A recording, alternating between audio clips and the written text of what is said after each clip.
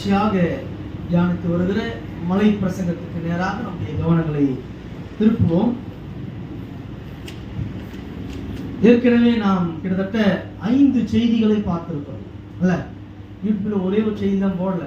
ஆவியில் எழும்பியுள்ளவர்கள் பாக்கியவான்கள் தவிர எல்லாமே வலைதளத்துல பதிவிட்டப்பட்டிருக்கிறது. மீண்டும் மீண்டுமா நீங்க கேட்டு அதன் அர்த்தத்தை நீங்க ஆழமா உணர்ந்து நீங்கள் உங்கள் வாழ்விலே நாம் அப்படி இருக்கிறோமா என்கிறதை நீங்கள் பார்த்துக் கொள்ள வேண்டுமா? இன்றைக்கு தியானத்திற்காக தெரிந்து கொள்ளப்பட்ட வேத பகுதி மத்தேயுவுக்கு எழுதின நிருபம். மத்தேயு எழுதின நிருபம் 5ஆம் அதிகாரம் 8வது வசனம். நான் வாசிக்கிறேன், நீங்கள் கேள்வி. இருதயத்தில் சுத்தமுள்ளவர்கள் பாக்கியவான்கள், அவர்கள் தேவனை தரிசிப்பார்கள். இருதயத்தில் சுத்தமுள்ளவர்கள் பாக்கியவான்கள், அவர்கள் தேவனை தரிசிப்பார்கள் என்பதே தேவனுடைய வார்த்தை. அருமையானவர்களே, கடந்த நாட்கள் முழுக்க நாம ஆவியில் எழும்பியுள்ளவர்கள் பாக்கியவான்கள் என்று பார்த்தோம், துயரப்படுகிறவர்கள் பாக்கியவான்கள் என்று பார்த்தோம், சாந்த குணமுள்ளவர்கள் பாக்கியவான்கள் என்று பார்த்தோம், நீதி மேல் பசிதாகம் உள்ளவர்கள் பாக்கியவான்கள் என்றெல்லாம் பார்த்தோம்.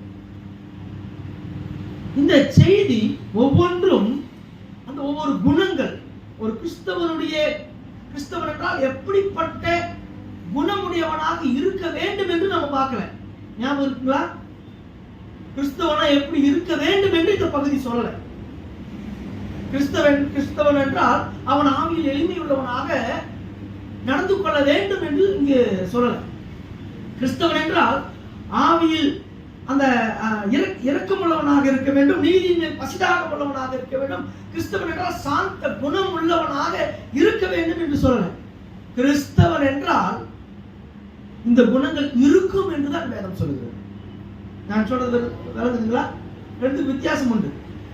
We are not requested to be, இந்த குணத்தின்படி நீங்கள் இருக்க வேண்டும் என்று உங்களுக்கு பரிந்துரை செய்யவில்லை. கிறிஸ்தவனாய் இருந்தால், ரட்சிக்கப்பட்டவனாய் இருந்தால் வேதம் சொல்லுகிறது அவனுக்கு இந்த அடையாளங்கள் எல்லாம் இருக்கும் என்கிறது தான் வேதம் அடையாளம் காட்டிக் கொண்டு வருகிறது. அதான் இயேசு கிறிஸ்து பிரசங்கித்து வருகிறார். நீங்க நல்லா மனசுக்குள்ள ஏத்திக்கணும். இந்த குணங்கள் எல்லாம் என்னிடத்திலே இல்லை என்றால் நான் எங்க போக முடியாது? பரலோகம் போக முடியாது. நாம ஆராய்ந்து பார்த்துக் கொள்ள வேண்டும். கிறிஸ்தவர்களே, உங்களுக்குள்ள இவைகள் இருக்கிறதா என்று ஆராய்ந்து, நான் எந்த பாதையில நான் யாராக இருக்கிறேன் என்கிறதை ஆராய்ந்து பார்த்துக் கொள்ளவும்,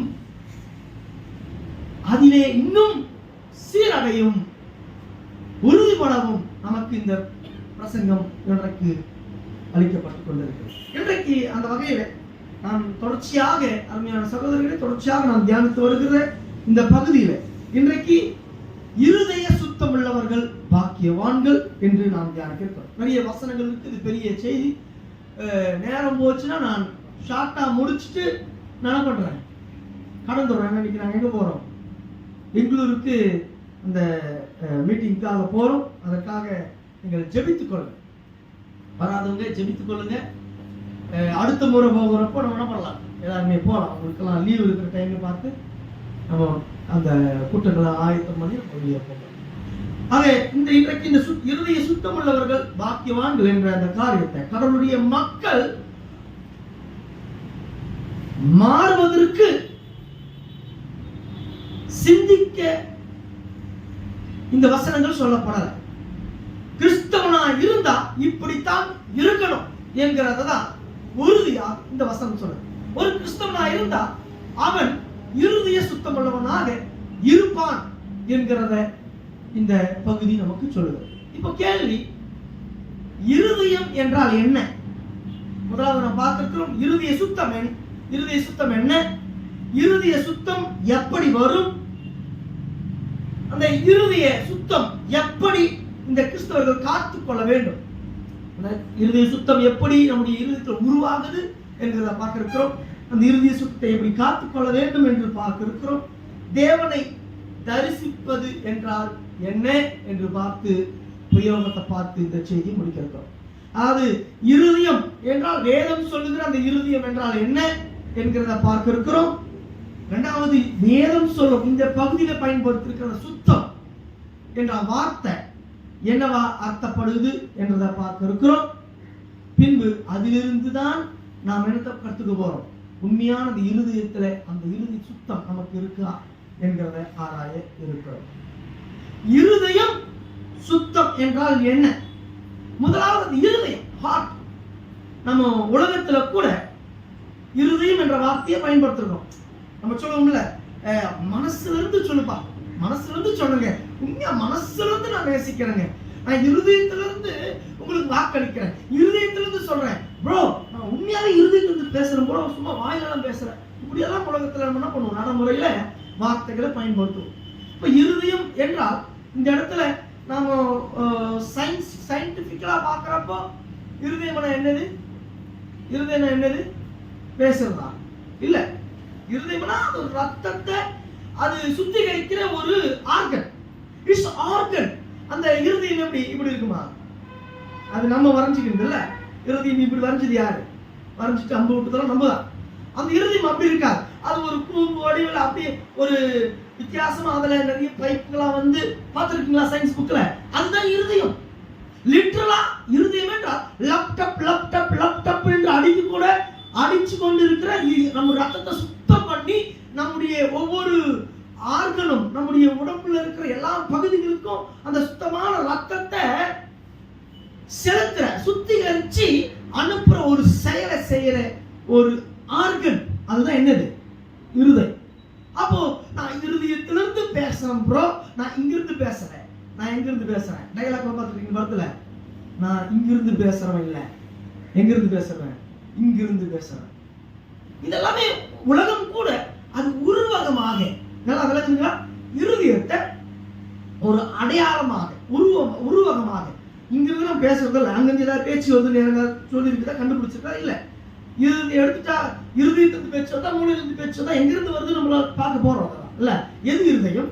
அப்போ இந்த இடத்துல இருதயத்திலிருந்து பேசுறேன் பிரதர், நான் உள்ளத்துல இருந்து சொல்றேன், உன்னை நான் இருதயத்துல வச்சுட்டு இருக்கிறேன். எங்க வச்சுக்க முடியுமா? அது ஒரு உருவகம். எங்க இங்க வச்சுக்க முடியும்? எடுத்து சின்ன கொழுப்பு அடிச்சுட்டாவே ஹார்ட் அட்டாக் வந்துடும். இவ்வளவு பெருசா வச்சுக்க முடியுமா? வச்சுக்க முடியாது இல்ல. அப்போ நாம சாதாரணமா நம்ம இருதயம் என்று பார்க்கும்போது ஏன் ஹார்ட் அட்டாக் வருது?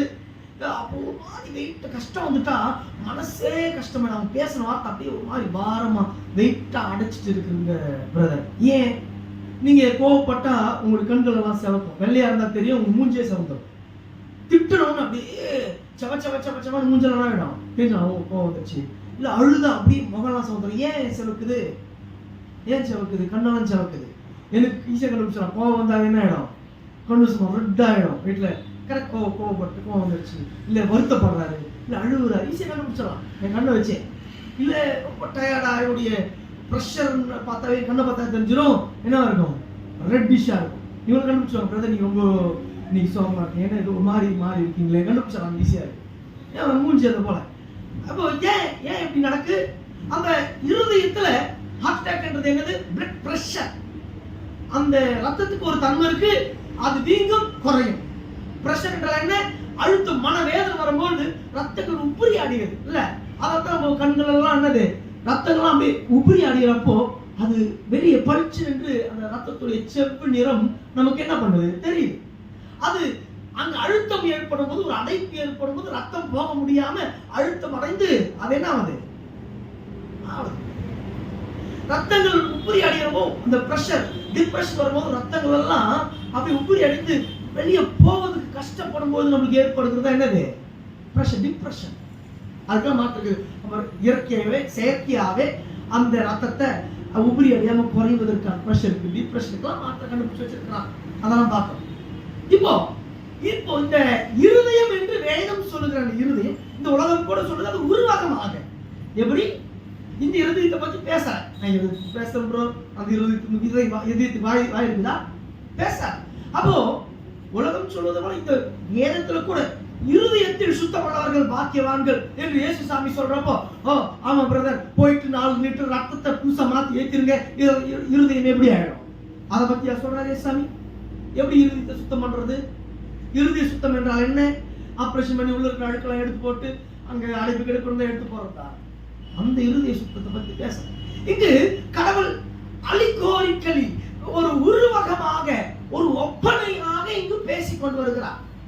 முழு வேதத்துல நம்ம பார்த்தோம் என்றால் தெரியும், இருதயம் என்றால் என்ன என்றதை பார்க்க போறோம்.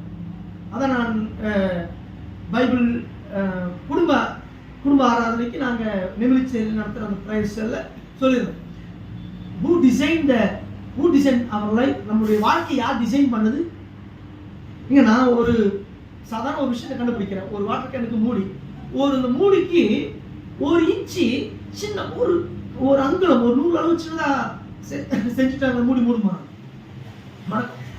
அது கரெக்டா பசில், அது பொருத்துற போல தான் போட முடியும். அதுல 3 அளவு சுத்து இருந்துச்சுன்னா நம்ம 3 சுத்து தான் பண்ண முடியும். இதை வைக்க முடியும் முடியல. கடவுள் என் வாழ்க்கையை டிசைன் பண்ணது யார்? கடவுள். மறந்துடாதீங்க. அப்போ என் வாழ்க்கையில எது நான், எது மனிதன், எது இருதயம் என்பதை டிசைன் பண்ணது யார்? கடவுள். அப்ப அவர் இங்க உருவாகமாக இந்த இருதயத்தை சொல்லி பேசுறார். இருதயம் என்று பேசுது. எப்படி நாம பேசுறோமோ அது இருதயம் என்று பேசுது. அப்ப இருதயம் என்றால் என்ன வேணும் சொல்லு. அதை உருவாக்கினவர் என்ன சொல்றார் அப்படின்றத பார்க்கிறோம். நீங்க மடன்னு கூட வேதங்கள்ல எடுத்து வாசிச்சா தெரியும். இது இருதயம் என்றால் என்ன? உருவக நடையில இது ஆண்டவர் பயாலஜிக்கலி சொல்லல, இது உருவகமா தான் சொல்றார். அப்ப அந்த உருவகமாக வேதத்துல இருதயம் என்றால் என்ன என்று சொல்லுது. உண்மையாக இந்த இருதயம் என்ன? இருதயத்தோட செயல் என்ன? இருதயம் என்றால் அது என்னவாக இந்த வேதத்தில் கருதப்படுகிறது தெரிஞ்சாதான் இருதய சுத்தம் என்றால் என்னன்னு தெரியும். ஆமா இல்லையா? இருதயத்துல சுத்தம்னா தெரியணும்னா என்னன்னு தெரியணும்னா இருதயம் என்றால் என்னன்னு தெரியும். வேதம் என்ன இருதயத்தை என்ன என்று சொல்லுது? லூக்கா 24, 25, ரோமர் 10:10. இதுல லூக்கா 24, 25 வாசிக்கலாம் பாருங்க. லூக்கா 24, 25. அப்பொழுது அவர் அவர்களை நோக்கி தீர்க்கதரிசிகள் சொன்ன யாவையும் விசுவாசிக்கிறதற்கு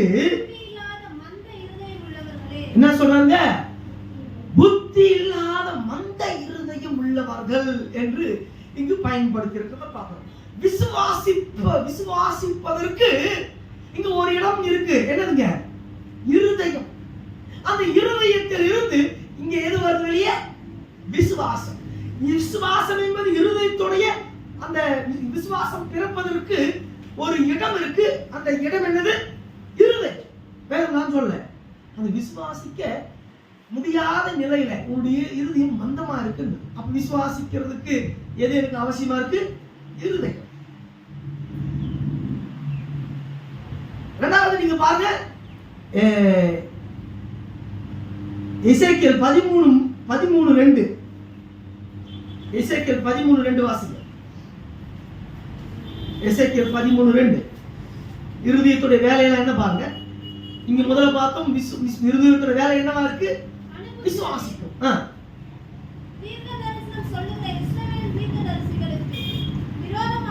விரோதமாக தீர்க்க தரிசனம் உரைத்து தங்கள் இருதயத்தில் இருக்கிறதையே எடுத்து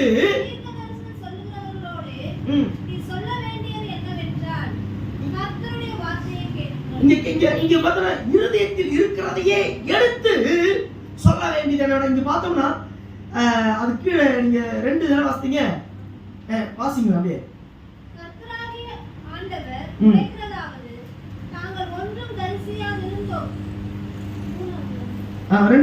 ரெண்டு வாசிக்க திரும்ப.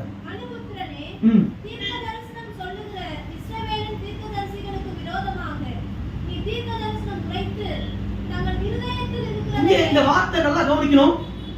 இருதயத்தில் இருக்கிறத நீங்க சொல்றது. அதாவது ஆங்கிலத்தில் நீங்க மூல பாஷையில பார்த்தோம்னா கிரீக்ல, ஆங்கிலத்தில் எப்படி போடுறாங்க? இமேஜினேஷன். உங்களுடைய எண்ணத்துல இமேஜினேஷன், உங்களுடைய இருதயத்துல இருக்கிறத இமேஜ் பண்ணி நீங்க கடவுள் சொன்னதா நீங்க என்ன பண்ணக்கூடாது? சொல்லக்கூடாது. சொன்னால் தவறு என்று சொல்லுது. இங்க இருதயம் என்ன செயலை கொண்டு வருது வெளியே? இமேஜினேஷன். இருதயம் என்ன பண்ணுது? இமேஜ் கற்பனை செய்யுது. கற்பனை. அப்போ இருதயம் என்றால் என்னவா அது செயல்படுது? அது விசுவாசிக்குது. இந்த இருதயம் என்ன இருதயத்திலிருந்து ஊற்று, அந்த என்ன புறப்படுது, என்ன இந்த இருதயம் செயல்படுது, இமேஜினேஷன், திங்கிங், அந்த உங்களுடைய எண்ணங்கள் என்ன ஊற்று, அவருடைய விருப்பம், எண்ணத்தினுடைய ஓட்டத்தை இங்க பேசுது. இருதயத்தில் வேலை புரிந்துங்களா இந்த வசனங்களின் அடிப்படையில்? நீங்க 1 ராஜாக்கள் 3:9, யோபு 38:36 இந்த 2 வசனங்களை யோபு 38:36 வாசிக்கலாம். யோபு 38:36 என்ன சொல்றது பாருங்க. இருதயம் என்ன?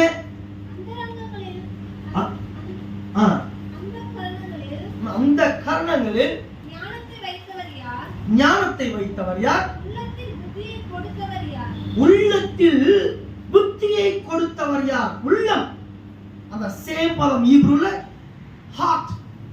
இருதயத்தில் புத்தி, இந்த ஆங்கிலத்தில் மூல பாஷை ஹீப்ரு பதம் அண்டர்ஸ்டாண்டிங், புரிந்து கொள்ளுதல். இப்போ இந்த இருதயத்துல என்ன இருக்கு? புரிதல். இருதயம் என்றால் என்ன? விசுவாசம் என்று பார்த்தோம். இருதயம் என்றால் என்ன? அதோடைய செயல் எப்படிப்பட்டதா இருக்கு? இது பயாலஜிக்கலி இந்த கருவி, இந்த சதையில ஆன இருதயத்தை பத்தி பேசல, வேற ஏதோ ஒன்றை பத்தி பேச. இருதயம் என்று சொல்றது அந்த இருதயத்துடைய வடிவம், செயல் என்னன்றது பார்க்கிறோம். அந்த இருதயத்தோட செயல் என்ன? விசுவாசம். இருதயத்தோட செயல் என்ன? இமேஜினேஷன். இருதயம் என்ன பண்ணுது? இமேஜ் பண்ணுது, இமேஜினேஷன் அந்த இருதயத்துடைய வடிவமா இருக்கு. அதோடைய 3வது பார்க்கிறோம் அண்டர்ஸ்டாண்டிங், புரிதல். இங்க 1 ராஜாக்கள் 3:9 பார்த்தா வாசிக்க தேவையில்ல, எழுதி வச்சுட்டு வீட்டுல போய் வாசித்து பாருங்க. அண்டர்ஸ்டாண்டிங், இந்த இருதயத்தில் இருந்து அந்த புரிதல், அண்டர்ஸ்டாண்டிங் இருதயமாக இருக்கிறது என்கிறத பார்க்கிறோம். 4வது மத்தேயு 12:34, மத்தேயு 15:18. அதுல மத்தேயு 12:34 வாசிக்கலாங்களா? விரியன் பாம்பு குட்டிகளே, நீங்கள் பொல்லாதவர்களாய் இருக்க நலமானவைகளை எப்படி பேசுவீர்கள்? இங்கே சொல்லுது இந்த இடத்துல, இந்த பகுதியில வார்த்தையின் இருப்பிடம் எங்க இருந்து வருது? வார்த்தையின் இருப்பிடம் எங்க இருந்து வருது? இருதயத்திலிருந்து. அந்த இருதயம் எங்கப்பா? எதுப்பா இருதயம்? இந்த இருதயத்தை பத்தி பேசல. அந்த இருதயம் என்றால் என்ன? இருதயம் வார்த்தை, அது வார்த்தையை பிறப்பிக்கிற ஊற்று. அதுக்கான காரணம், நான் சும்மா பேசுறேன் கொள்றேன், சும்மா தெரியாம எங்கிருந்து பேசுறீங்க? வாய் பேசல. இந்த வாய் ஒரு கருவி. அந்த செயல் எங்கிருந்து வருது பிரதர்? இருதயத்திலிருந்து வருது. அதுக்கான ஊற்று காரணம் எங்க? இருதயம். நான் ஏதோ ஒன்று யோசிக்கிறேன், இமேஜ் பண்றது, நான் நம்புறேன், அண்டர்ஸ்டாண்டிங், இது எல்லாமே இதோட ஊற்றுக்கள் எங்கிருந்து வருது? இருதயம். இருதயம், இதெல்லாம் இருதயம் என்று சொல்லப்படுது வேதத்துல. நான் சொல்றது விளங்குதுங்களா? இருதயம் என்றால் என்ன என்று வேதம் சொல்லுகிறது. அந்த இருதயம் என்றால் இருதயத்துடைய வேலை விசுவாசிக்கும், அண்டர்ஸ்டாண்டிங், புரிஞ்சு கொள்ளும், அது பேசும், அது பேசுற, அது வாயிலிருந்து, இந்த வாய் பேசுற, நாக்கு பேசுற, நான் சிந்திக்கிற, செயல்படுகிற அனைத்தின் ஊற்றாக எது இருக்குது? இருதயம். அந்த இருதயத்துடைய வேலை இது. நம்மளுக்கு தெரிஞ்ச இருதயம் அது ரத்தத்தை சுத்தம் பண்ணும். வேதம் சொல்ற அந்த இருதயம் அது பேச்ச உருவாக்குது, புரிதல, தவறான புரிதலோ சரியான புரிதலோ, அல்லது தப்பான விசுவாசமோ சரியான விசுவாசமோ, இந்த விசுவாசத்தின் இடம் எதுவா இருக்குது? இருதயம். இருதயம் என்று வேதம் சொல்லுது. நீங்க அடுத்ததா பிரசங்கி 10:2, எபிரேயர் 4:12 நீங்க பாருங்க. நீங்க வாசிக்கிட்டா நான் சொல்றேன். அங்க நீங்க பார்த்தோம்னா விருப்பங்கள், நீங்க பிரசங்கி 10:2 அது விருப்பத்தை, இந்த இருதயத்திலிருந்து அந்த விருப்பம் வருதுன்னு சொல்லுது. நீங்க எபிரேயர்ல பார்த்தோம் நோக்கம், நம்முடைய செயல்களின் நோக்கம் எங்கிருந்து வருது? என்னுடைய இருதயம். அப்போ நாம் பார்க்கிறோம் விசுவாசம், என்னுடைய இமேஜினேஷன், என்னுடைய அண்டர்ஸ்டாண்டிங், புரிந்து கொள்ளுதல், என்னுடைய வார்த்தையின் ஊற்றா இருதயம் இருக்குது.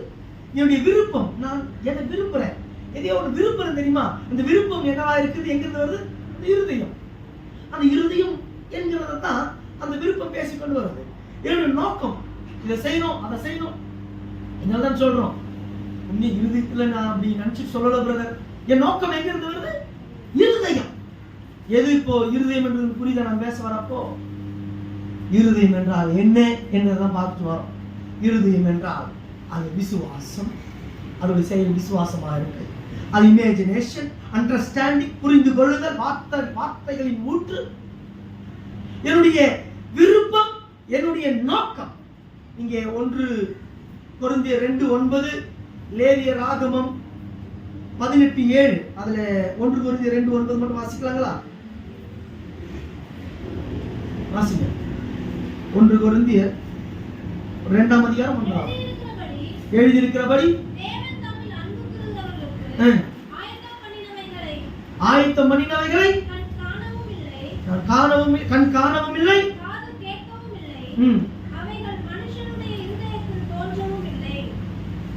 ஒன்றை கேட்டு அதை பிரதிபலிக்கிற ஒரு விஷயம் என்னவா இருக்குதுங்க?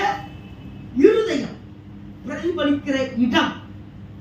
ஒண்ணு நான் கேட்கிறேன், ஒரு செயலை பார்க்கிறேன், அந்த செயல் எங்கிருந்து பிரதிபலிக்குது? பிரதிபலிக்கிற ஒரு இடமா எது இருக்குது? இருதயம். இருதயம் மறந்துடக்கூடாது. நம்முடைய பிரதிபலிப்பு, சாய்வு, ஒன்றுக்கு மேல் நீங்க பிரசங்கி 10:2 வலதுபுறமாவது இடதுபுறமாவது சாயாமல் என்கிறத நாம் பார்க்க முடியும்.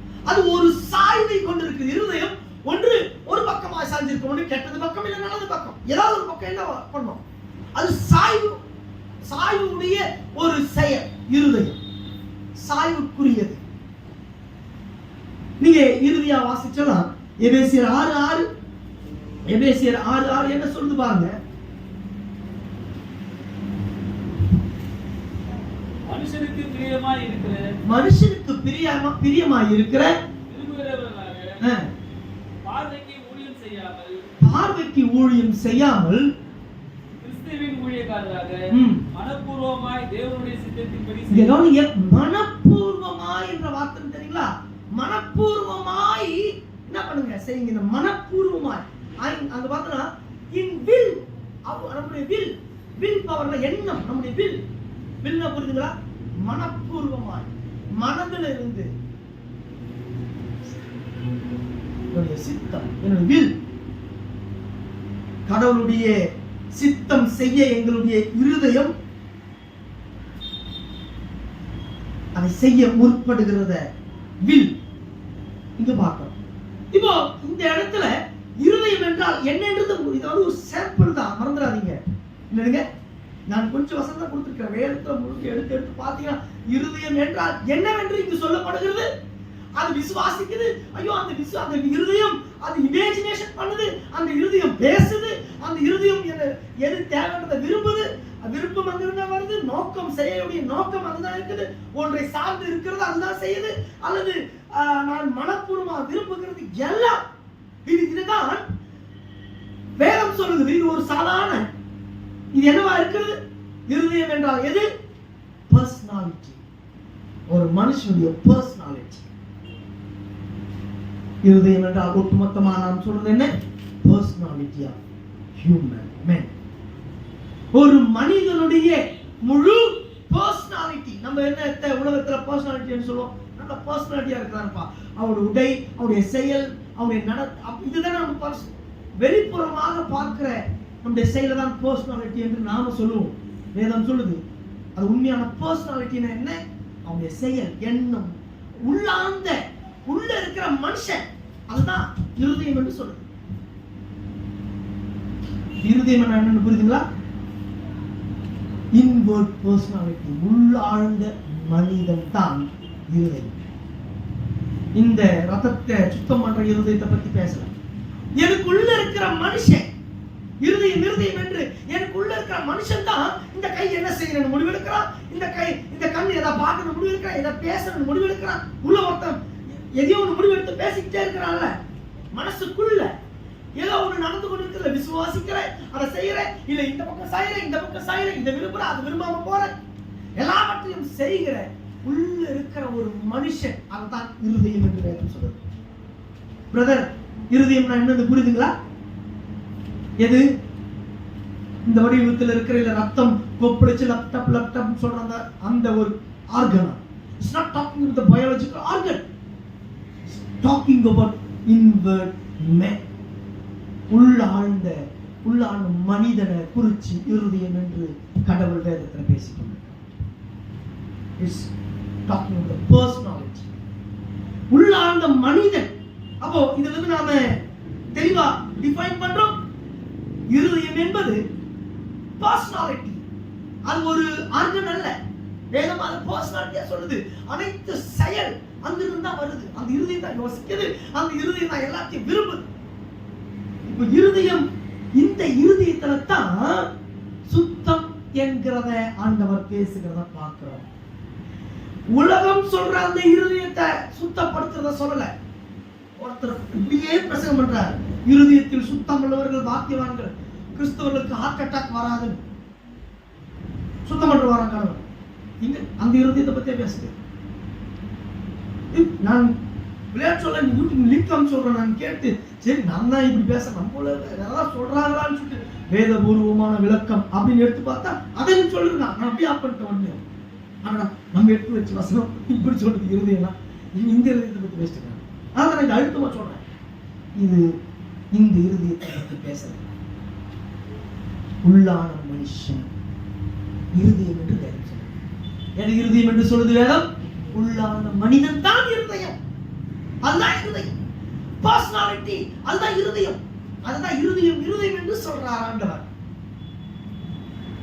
உள்ளான மனுஷன் வார்த்தையில் சுத்தமுள்ளவன் பாக்கியவான். அப்போ உள்ளான மனுஷன் என்றால் என்ன? அறிவு. அந்த இருதயம் என்றால் என்ன? அறிவு, உணர்ச்சி, விருப்பம்.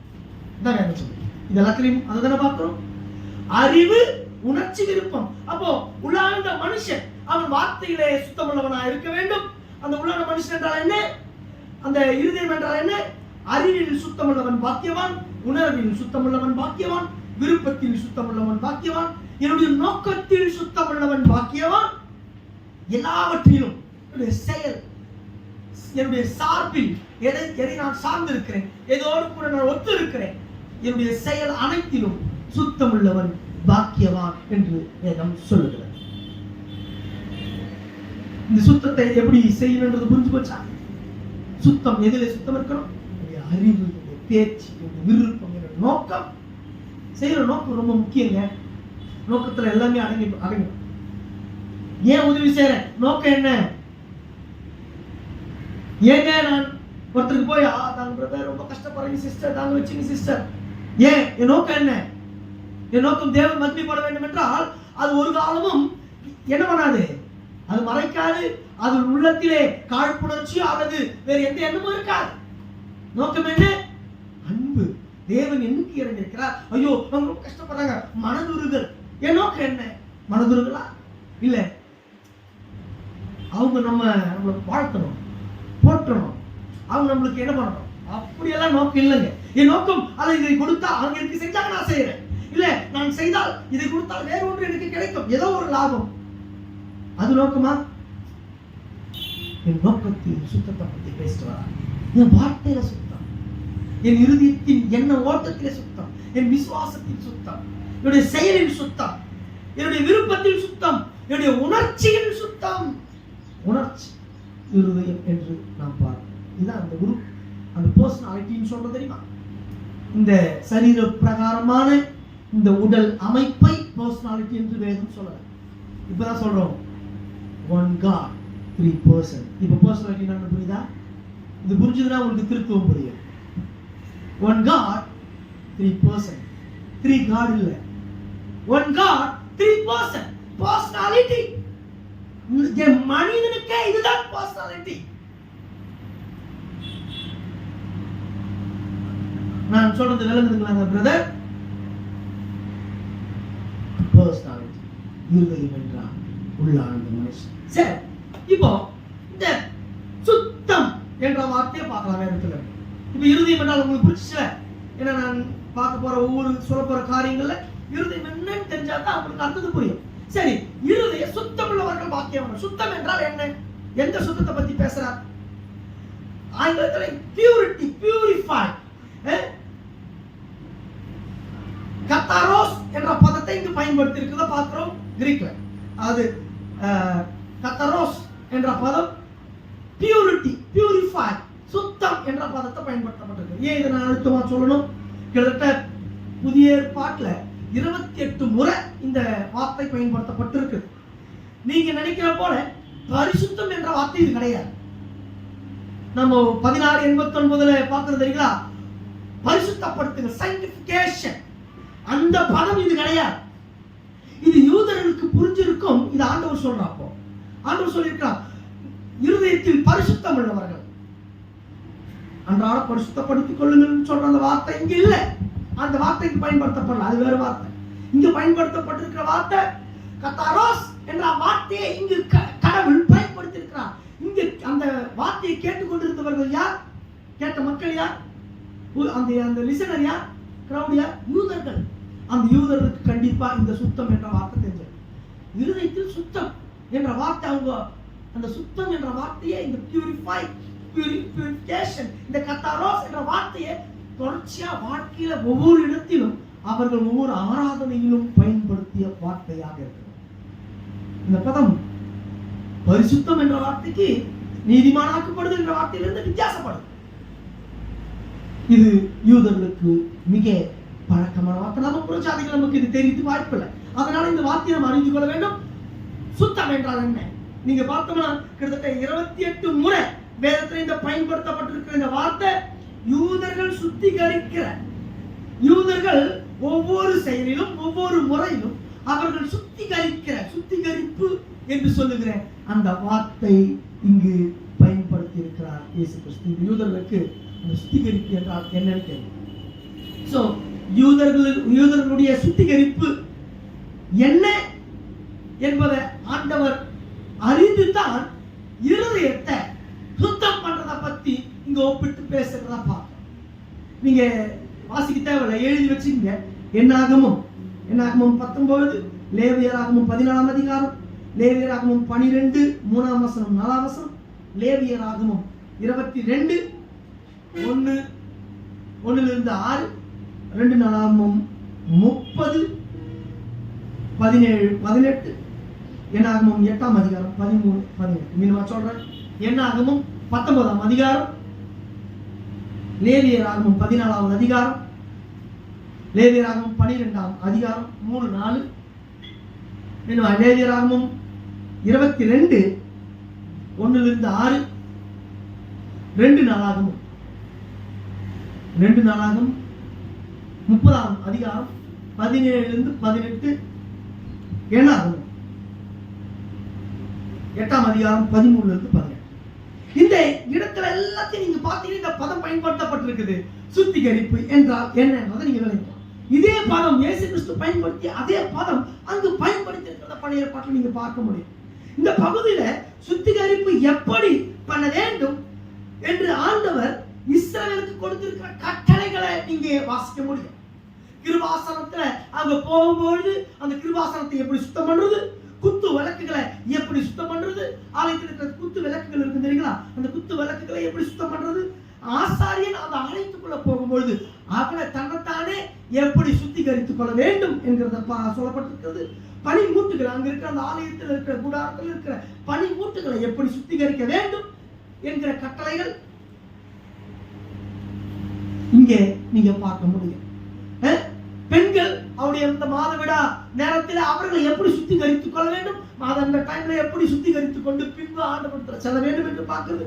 நீங்க பஸ்கா பண்டிகை வந்தா எப்படி சுத்திகரிக்க வேண்டும், குஷ்டரோகிகள் சுகம் அடைந்த பிறகு அவர்கள் எப்படி தங்களை சுத்திகரித்துக் கொள்ள வேண்டும், எல்லாம் சுத்திகரிப்பு சுத்திகரிப்பு சுத்திகரிப்பு என்ற வார்த்தையை வேதத்தில் பார்க்கிறோம். ஏன் சுத்திகரிக்க வேண்டும், எங்க சுத்திகரிக்கணும்? இங்க இந்த வார்த்தைக்கும் இந்த பரிசுத்தமாகுதல் என்ற அந்த வார்த்தைக்கும் வித்தியாசம் இருக்கிறது. அது வேறு வேறு என்கிறதை நீங்க என்ன பண்ணணும், அறிந்து கொள்ள வேண்டும். பரிசுத்தமாகுதல் இங்க சுத்திகரிப்பு என்ற வார்த்தை வித்தியாசம். இங்க ஏன் இதெல்லாத்தையும் சுத்திகரித்தார்கள்? இவர்களை சுத்திகரிச்சு கொண்டாங்க. ஆசாரியன் உள்ள போய் சுத்தம் இல்லாம உள்ள போனா செத்து போயிடும். வாசித்திருக்கீங்களா? சுத்தம் இல்லாம அவனை சுத்திகரிக்காம உள்ள போனா அவன் சாகடிக்கப்படுவான். ஒருவரும் ஆண்டவருக்கு நெருங்க வேண்டும் என்றால் அவன் தன்னை மத்தியில உலக பிரகாரமாக சுத்தி, அது பொருளாக இருந்தாலும் எதுவாக இருந்தாலும் ஆண்டவரிடத்தில் நெருங்க வேண்டும் என்றால் சுத்திகரித்தே ஆக வேண்டும் என்கிறத வெளிக்காட்டுவதற்கு, நாம் புரிந்து கொள்வதற்கு தான் இந்த முறைமைகளை ஆண்டவர் சொல்லிக் கொண்டு வருகிறார் என்பதை நீங்க மறந்துவிடக்கூடாது. சுத்தம் என்ற வார்த்தை ஏன் அந்த கட்டளைகள் எல்லாம் கொடுக்கிறார், இது கிறிஸ்துவிலே ஏன் எப்படி நிறைவேறுதுன்னு பார்ப்போம். ஏன் சுத்தம் அவசியம்? ஆண்டவர் அவ்வளவு பரிசுத்தமான அந்த கடவுளிடத்துல ஒரு பொருள் கூட அது தீட்டாக தீட்டுள்ளவர்கள் அங்கு நுழைய முடியாது, நெருங்க முடியாது என்கிறத தான் அது காட்டுகிறது. விளங்குங்களா? சுத்தம் என்ற வார்த்தை எப்படி பயன்படுத்தப்படுது? இந்த கத்தாரோஸ் என்ற வார்த்தை சுத்திகரிப்பு, சுத்திகரிப்பு, சுத்திகரிப்பு. இதை கேட்டுக்கொண்டிருந்த அந்த யூதர்களுக்கு நல்லா புரிஞ்சிருக்கும். இந்த மாதம் கழிந்தப்போ அவர்கள் தீட்டு தீட்டு என்று அவர்கள் நினைத்த தீட்டானவர்கள் ஆண்டவரிடத்தில் நெருங்க முடியாது, நெருங்க வேண்டும் என்றால் நான் சுத்திகரிக்க வேண்டும். குஷ்டரோகிகள் தன்னை எப்படி சொல்லிக் கொண்டு போவாங்க? தீட்டு தீட்டு தீட்டு என்று சொல்லிக் கொண்டு போவார்கள். தீட்டானவர்கள் எங்கே நுழைய முடியாது, ஆண்டவரிடத்தில் நெருங்க முடியாது, சுத்திகரித்துக் கொள்ள வேண்டும் என்பதை அவர்கள் அறிந்திருந்தார்கள். ஒவ்வொரு பனிமுட்டுகளையும் அந்த ஆலயத்தின் ஒவ்வொரு அலங்கங்களையும் அவர்கள் சுத்திகரிக்கிற முறையை ஆண்டவர் கட்டளையாக வைத்திருந்தார். ஏன்? தூசு கூட ஆண்டவரின் சமூகத்தில் நெருங்க முடியாது, ஏனென்றால் அவர் பரிசுத்தம் உள்ள தேவன் என்கிறத இங்கு காட்டுகிறது. அருமையானவர்களே, இதுல நீங்க பார்த்தோம்னா, நீங்க மத்த நான் சொல்ற இந்த வசனங்கள் எல்லாம் நீங்க யோவான் 2:6 எழுதி கொள்ளுங்க, வாசிக்க தேவையில்ல. யோவான் 2:6, லூக்கா 2:22, மத்தேயு 8:4, லூக்கா 17:14, யோவான் 11:55. இந்த பகுதிகளெல்லாம் நீங்க பார்க்க முடியும். அந்த யோவான் 2:6 சொல்றார், கானாவூர்ல 6 கற்சாடிகளை வைக்கப்பட்டிருந்தது. இல்ல என்ன, எதுக்காக வைக்கப்பட்டது? அது சுத்திகரிக்கிறதுக்காக தண்ணியை வச்சிருந்தாங்க. அவர்கள் உள்ள போகிறவங்க பண்ணுவாங்க, அந்த தண்ணியை எடுத்து கால்களை கழுவி கொண்டு அவங்க உள்ள போவாங்க. அந்த சுத்திகரிப்பு வைக்கிறதா, சுத்திகரிப்புக்காக வைக்கப்பட்ட அந்த கச்சாடிகளை கொண்டு வந்து என்ன பண்ணாரு? தண்ணி நிரப்பி திராட்சை ரசமா மாத்தாரு. அந்த சுத்திகரிப்புன்ற வார்த்தை அவங்களுக்கு பழகின ஒரு வார்த்தை. நீங்க லூக்கா 2:22 மரியாள் தங்கள் சுத்திகரிப்பு நாள் முடிந்ததும் அவன் என்ன பண்ணான்? நியாயப்பிரமாணத்தின்படி முதல் அந்த குமாரனை விருத்த சேதனம் பண்ணுவதற்கு கொண்டு போறதா. ஒவ்வொரு தீட்டு மட்டை அவள் தீட்டு முடிந்த அந்த ஒரு கர்ப்பிணி பெண் பிள்ளை பெருத்த பிறகு தீட்டு கழிந்த பிறகு அவங்க ஆண்டவர் கிட்ட நெருங்குறத இங்க வேதம் அடையாளம் காமிச்சிருக்கு. அந்த சுத்திகரிப்புன்ற வார்த்தை புரியுதா? வேதத்துல எப்படி பயன்படுத்தப்பட்டிருக்குது? பியூரிஃபை, சுத்தம். மத்தேயு 8:4, லூக்கா 17:14, யோவான் 11:55 இந்த குஷ்டரோகிகள் எப்படி சுத்திகரிக்க வேண்டும், பஸ்கா பண்டிகையில அவர்கள் எப்படி எல்லாம் சுத்திகரிக்க வேண்டும் என்பதெல்லாமே சொல்லு. இந்த சுத்திகரிப்பு எல்லாம் பார்த்து 4 வகையா பிரிக்கலாம். வேதத்துல 4 வகையான சுத்திகரிப்பை அந்த 4 வகையா பிரிச்சு சொல்லியிருக்குது. எப்படி? தண்ணீரினாலே சுத்திகரிப்பு, எண்ணெயினாலே சுத்திகரிப்பு, ரத்தத்தினாலே சுத்திகரிப்பு, நெருப்பினாலே சுத்திகரிப்பு. சில இடத்துல தண்ணினாலே சுத்திகரிச்சுக்கிறாங்க, சில இடங்களில் எண்ணெயை ஊத்தி அதை என்ன பண்றாங்க? சுத்திகரிக்கிறாங்க. சில இடங்களில் ரத்தத்தை தெளிச்சு அவர்கள் சுத்திகரிக்கிறத பார்க்க முடியும். நெருப்புல சுட்டு அதை கருக்கி கிருமிகளை சாகடிச்சு சுத்திகரிக்கிறத வேதத்துல பார்க்க முடியும். இந்த சுத்தம் சுத்தம் சுத்திகரிப்பு என்ற வார்த்தை யூதர்களுக்கு பயன், அவருடைய வாழ்க்கையில யதார்த்தமான ஒரு வார்த்தை. இது பரிசுத்தம் என்கிற வார்த்தையும் இந்த சுத்திகரிப்பு என்ற வார்த்தையில இப்ப புரிஞ்சிடும். முதல்ல பார்த்தோம் இருதயம் என்றால் என்ன, இருதயம் என்றால் என்னன்னு பார்த்தோம். இருதயம் என்ற வேதத்துல இருதயம் என்றால் விசுவாசிக்கும், இருதயம் என்றால் அது என்ன பண்ணும்? கற்பனை, அதாவது இமேஜினேஷன், அது கற்பனை பண்ணும் இமேஜினேஷன். இருதயம் என்றால் அது நோக்கம், விருப்பம். இமேஜினேஷன் என்றால் என்ன? இருதயம் என்றால் என்ன? அவருடைய முழு செயல் அது ஒன்றை சார்ந்து இருக்கும். அப்போ ஒட்டுமொத்தமா அந்த இமேஜினேஷன், அதாவது இருதயம் என்றால் என்ன? இந்த இருதயம் என்றால் பர்சனாலிட்டி, ஒரு உள்ளார்ந்த மனிதன்.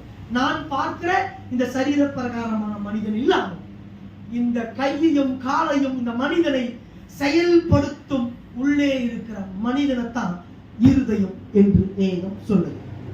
இருதயம் என்றால் என்ன? நாம பார்த்தோம், அறிவு, உணர்ச்சி, சித்தம் என்றால் இருதயம். உள்ளார்ந்த மனிதன் தான் அவன். இந்த இருதயத்தில் சுத்தம் என்றால் எந்த சுத்தத்தை பத்தி பேசுறார் ஆண்டவர்? ஒவ்வொரு செயலையும், எப்படி அவர்கள் பனிமூட்டுக்களை ஆண்டவரிடத்தில் நெருங்குவதற்கு தடையா இருக்கிற ஒவ்வொரு செயலையும், ஒவ்வொரு கருவிகளையும், ஒவ்வொரு நொடியிலும், வாழ்க்கையின் ஒவ்வொரு நேரத்திலையும் அவர்கள் சுத்திகரித்தார்களோ, அதை போல் என்னுடைய ஒவ்வொரு செயலையும் ஆண்டவரிடத்தில் நெருங்குவதற்கு சுத்திகரிக்கிறத பத்தி பேசலாம் என்கிறத யூதர்கள் அந்த மலை பிரசங்கத்திலே அறிந்து கொண்டார்கள். இது வேற எந்த சுத்திகரிப்பும் பற்றி பேசலாம். இருதய சுத்தம் உள்ளவர்கள் பாக்கியவான்கள் என்று ஆண்டவர் இங்கு பேசுவதை இப்படிப்பட்ட ஆட்களிடத்தில் தான் சொல்லுகிறார், இருதயத்தில் சுத்தம் உள்ளவர்கள். அந்த யூதருக்கு புரிஞ்சிருக்கும் கண்டிப்பா. நீங்க மத்தேயு 7:3-4, மத்தேயு 15:2 நீங்க வாசிட்டாவில நீங்க வீட்டுல போய் கொண்டு போய் வாசித்து பாருங்க. நீங்க அங்க தெளிவா இருக்கு. இந்த யூதர்கள் நீங்க பார்த்தோம்னா அவருக்கு அந்த சுத்தம் என்ற வார்த்தையே ஆண்டவர் சொல்லாத சுத்தங்களை கூட அவர்கள் கடைபிடித்தார்கள் என்றதை அதை பாரம்பரியம் என்று சொன்னார்.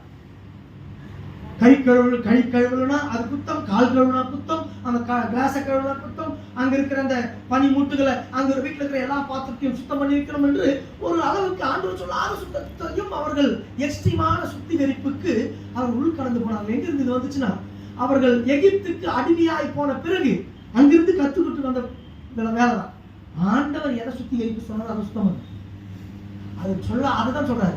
நான் சொல்லாத சுத்திகரிப்ப நீ சொன்ன அது பேர் என்னது? பாரம்பரியம் என்று வேதம் சொல்லுது. இப்போ இங்க ஆண்டவர் நீங்க எந்த சுத்திகரிப்பை பத்தி பேசுறான்னு பாருங்க. நீங்க எபிரேயர் 9 அதிகாரம் எடுத்துக்கொள்ளலாமா? எல்லாம் திருப்பிக் கொள்ளுங்க. அந்த எபிரேயர் 9 அதிகாரம் 13-14 வாசிக்கலாம். எபிரேயர் 9 அதிகாரம்.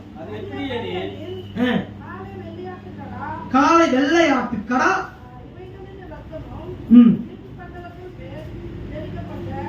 தீட்டுப்பட்டவர்கள் மேல் தெளிக்கப்பட தெளிவா வாசிங்களேன்.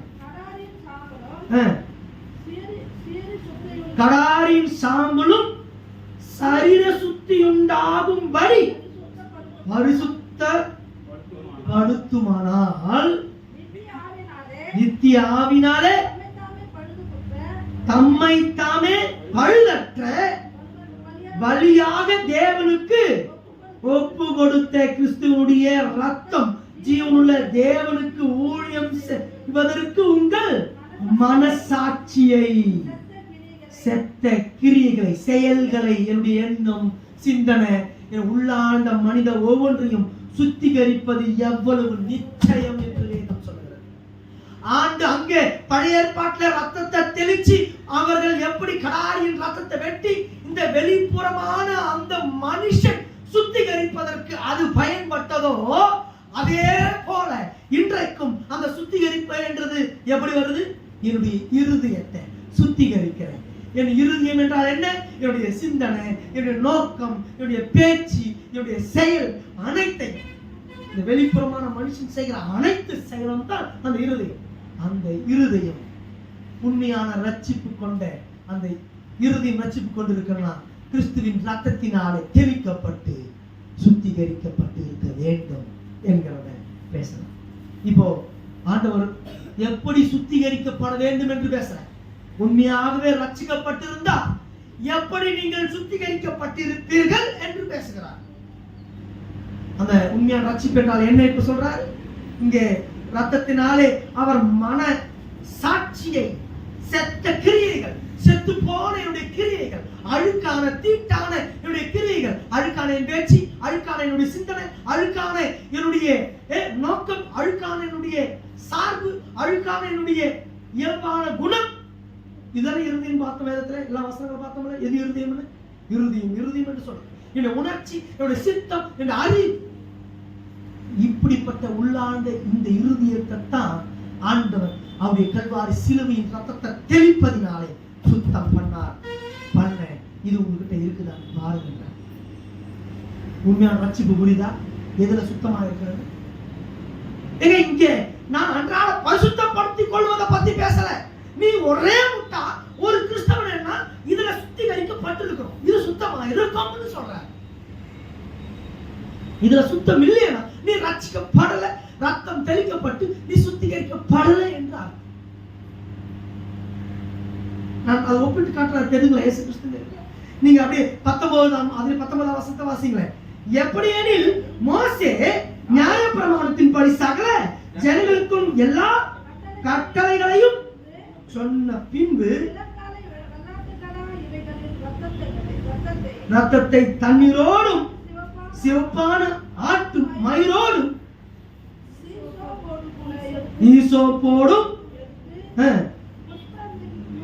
புஸ்தகத்தின் மேலும் ஜனங்கள் எல்லார் மேலும் தெளித்து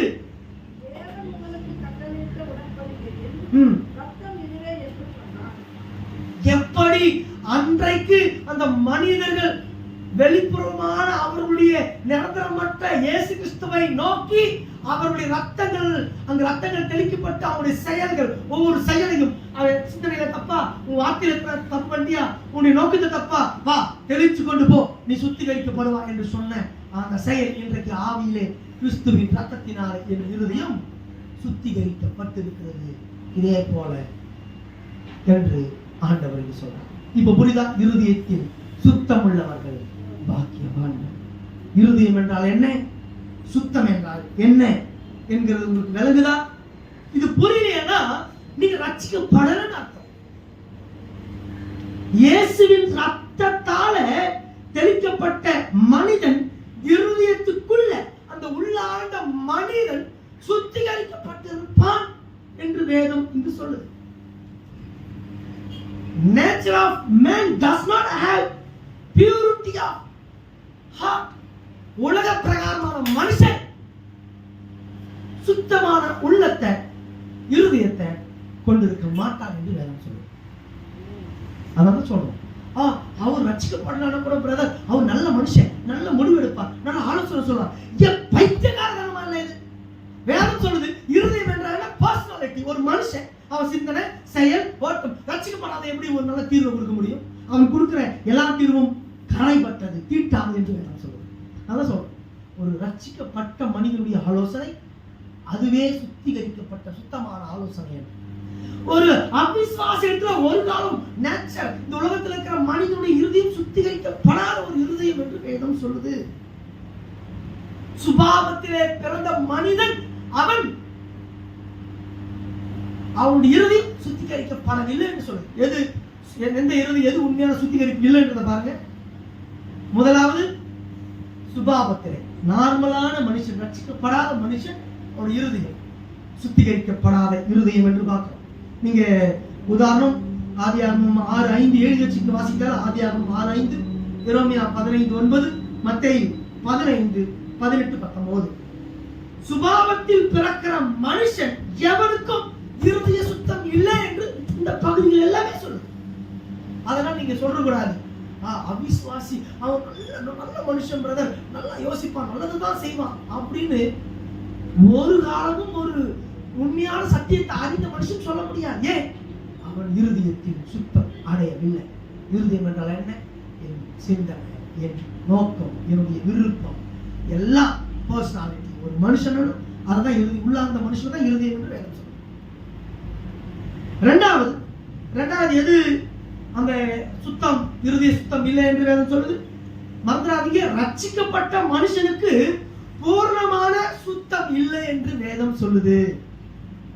நம்ம ரட்சிக்கப்பட்டிருக்கோம்ல, என்னுடைய இருதயம், என்னுடைய சிந்தனை, என்னுடைய நோக்கம் இது ஆண்டவர் ரட்சித்தார், அதுல சுத்தமாயிடுச்சு, அதனால பரிசுத்தமா இருக்கும், பாவமே செய்யாதுன்றது கள்ள போதனை. மறந்துடாதீங்க.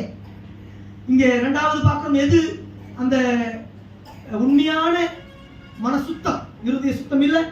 ரட்சிக்கப்பட்ட மனுஷனுக்கு பூரண சுத்தம் இருக்காது. நீங்க 1 யோவான்ல அங்க என்ன சொல்றாரு? நீங்க இயேசு கூட சொல்றாரு ஒரு ஜெபத்துல என்ன சொல்றாரு? எங்கள் பாவங்களை எங்களுக்கு மன்னியும். யாருக்கு சொல்றாரு? சிஷ்யருக்கு. சிஷ்யர் ரட்சிக்கப்பட்டவர்கள், ரட்சிக்கப்பட்டு சுத்திகரிக்கப்பட்டு அவன் தூய்மை ஆகிவிட்டால் ஏன் எங்கள் பாவங்கள் தினந்தோறும் மன்னிக்க வேண்டும் என்று நாம் ஜெபம் பண்றோம். நாம் ஜெபம் பண்றோம் இல்லை ரட்சிக்கப்பட்டோம். அதனால தெளிவா இருக்கணும். என்னுடைய சிந்தனை ஏன் எங்களுக்குள்ள பாவம் இருக்கு, பாவம் இயல்பு இருக்கு, அது தொடர்ச்சியாக படிப்படியாக வளர்ந்து கொண்டிருக்கிற பரிசுத்தத்தை பத்தி பேசுகிறேன். நான் சொல்றது புரியுதுங்களா? இது இப்படி இதற்கு எதிரான கலப்போதனை நீங்க மெத்தடிஸ்ட் சர்ச் தெரியுங்களா? மெத்தடிஸ்ட் சர்ச் கேள்விப்பட்டிருக்கீங்க. அவருடைய போதனை என்னன்னா, ஆண்டவர் கிறிஸ்துவினாலே கிறிஸ்துவின் பலனை கொண்டு ஒரு மனிதன் முழு பரிசுத்தமா வாழ முடியும்னு சொல்றான். யார் சொல்றது? இந்த மெத்தடிஸ்ட். நீங்க டெஸ்லி இவங்களுடைய போதனை அதான் சொல்லுது. அவங்க சாகரப்ப டெஸ்லி கிட்ட போய் கேட்கறாங்க, டெஸ்லி நீ சாக போறீங்க, நீங்க சொன்ன போல உங்க போதனை சொல்லுது முழு பரிசுத்தமா வாழ்ந்துச்சுங்க. ஐயோ இதுவரையும் நான் பாவம் செய்து கொண்டுதான் இருக்கிறேன் என்று சொல்லிதான் சேர்த்தார். போய் வரலாறு படிச்சு பாருங்க.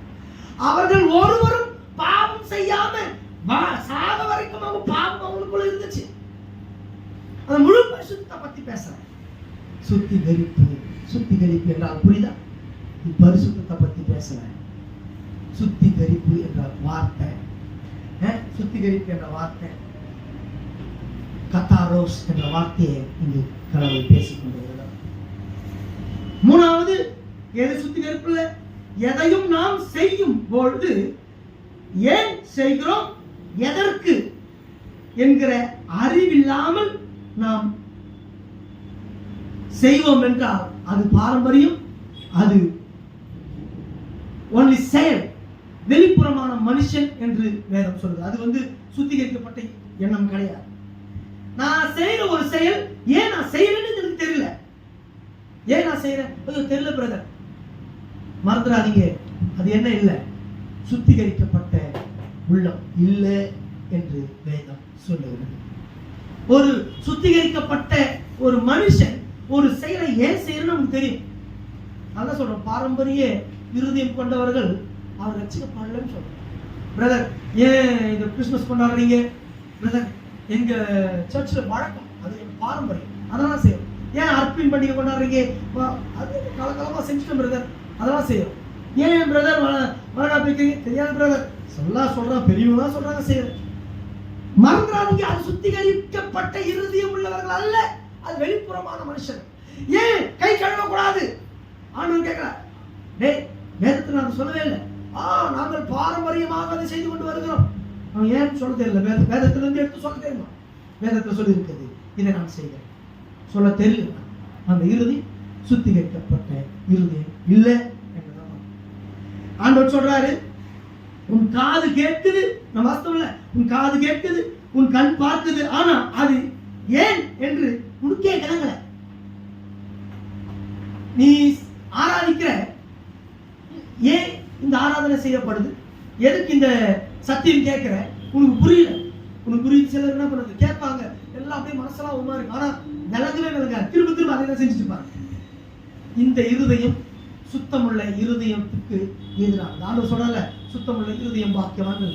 அந்த இருதயம் இல்லை, இது வெளிப்புறமான மனுஷன் என்று வேதம் சொல்லுது. அடுத்தது வேதம் சொல்லுது, வெள்ளை அடிக்கப்பட்ட கல்லறைகளை என்று சொல்லுது. வெளியிலே கட்டளைகளை கடைபிடித்து இருதயத்திலே அதை செய்யாத ஒரு இருதயத்தை சுத்தமுள்ள இருதயம் என்று ஆண்டவர் சொல்லுது. வெளியிலே அவன் வெள்ளை அடிக்கப்பட்டவன், உள்ளே நாற்றம் எடுக்கப்பட்டு தீட்டுள்ளவன் என்று வேதம் சொல்லுது. நான் சொல்றது விளங்குதுங்களா?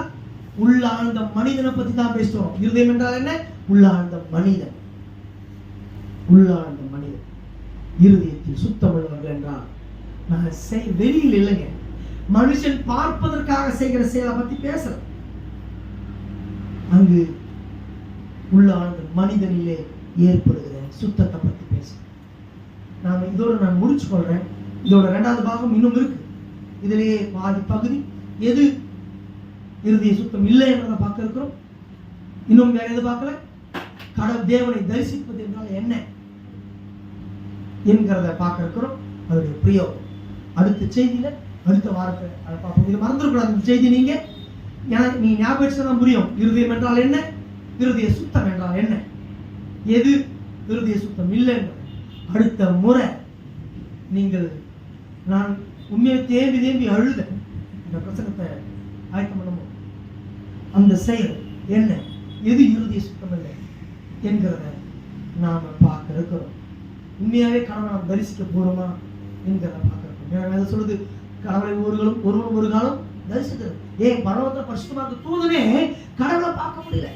ஒரு சூரியனை பார்க்கறது வக்கு இல்லை. பார்க்க முடியுதா? சூரியனை பார்த்து டைரக்டா பார்க்க முடியும்? 1000 சூரியனுக்கு சமம் என் கடவுள். எப்படி பரலோகத்துல போய் பார்த்துருவோமா? ஆனா வேதம் சொல்லுது. அப்ப இந்த தரிசனம் என்றால் என்ன, எதை தரிசிக்க போறோம் என்கிறதை பார்க்க இருக்கிறோம். அது வேதபூர்வமான அர்த்தம் என்ன என்பது. உண்மையாவே ஆண்டவர் நேரடியா முகமுகமா அவர் முக்கி எப்படி, அவர் கண்ணி எப்படி, அவர் உருவம் எப்படி எல்லாம் பார்க்க போறதே கிடையாது. பரலோகத்துல கூட பார்க்க போறதில்ல மனுஷன். வேதம் சொல்லுது. அப்ப எதை பார்க்க போறோம், எதை தரிசிக்க போறோம் என்று வேதம் சொல்லுது என்பதை அடுத்த செய்தியில பார்க்க போறோம். இதனுடைய பிரயோகம், நான் எதிலே சுத்தம் அடைந்திருக்க வேண்டும், இருதயத்தின் சுத்தம் என்றால் என்ன என்கிறத பல வசனங்களில் இருந்து கூடாது அடுத்த செய்தியிலே கற்றுக்கொள்ள இருக்கிறோம். கர்த்தர் உங்களை ஆசீர்வதிப்பாராக. நாம் தொடர்ந்து ஜெபித்து செய்தியை கடந்து செல்வோம்.